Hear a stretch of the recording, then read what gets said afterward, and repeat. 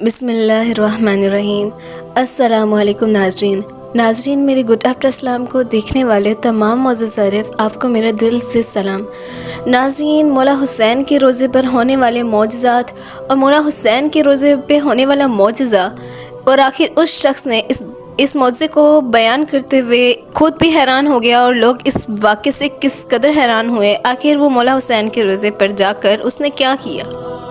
ناظرین، ایک شخص نے ایسے ہی محفل کی، کیونکہ جب محفلیں ہوتی ہیں اور لوگ کھڑے ہوتے ہیں، نوحے پڑھتے ہیں، تو اسی طرح اس نے بھی مولا حسین اور پنجتن پاک کی بہت بڑی محفل میں ایک بات بولی اور کہنے لگا کہ جب مجھے مولا حسین بلائیں گے تو میں مولا حسین کے پاس جب جاؤں گا تو ان کے روزے کو ہدیہ کرتے ہوئے میں ایک دفعہ دعائے عاشورہ ضرور پڑھوں گا۔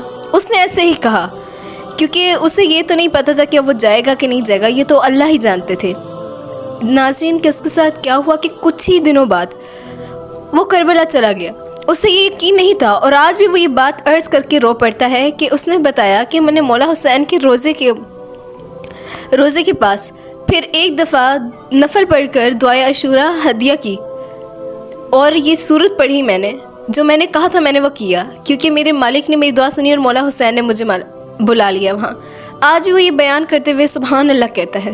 سبحان اللہ، خدا کی طاقت دیکھے کہ مولا حسین نے اسے بلا لیا۔ ناظرین، کربلا ایک ایسی زمین ہے جسے کوئی آباد نہ کر سکا، تو مولا حسین نے اسے آباد کیا۔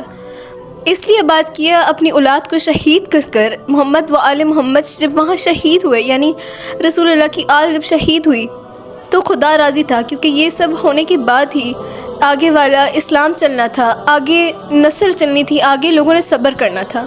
ناظرین، آپ کو میرا یہ معجزہ پسند آیا ہو اور یہ مولا حسین کا معجزہ پسند آیا ہو، یقیناً آپ کو پسند آیا ہوگا۔ دل سے سبسکرائب کیجیے گا، دعا میں یاد رکھیے گا، اور آپ مجھے بہت سپورٹ کریں۔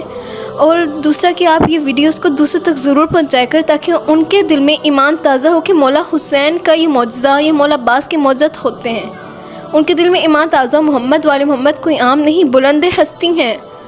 دعا میں یاد رکھیے گا ناظرین۔ خدا حافظ۔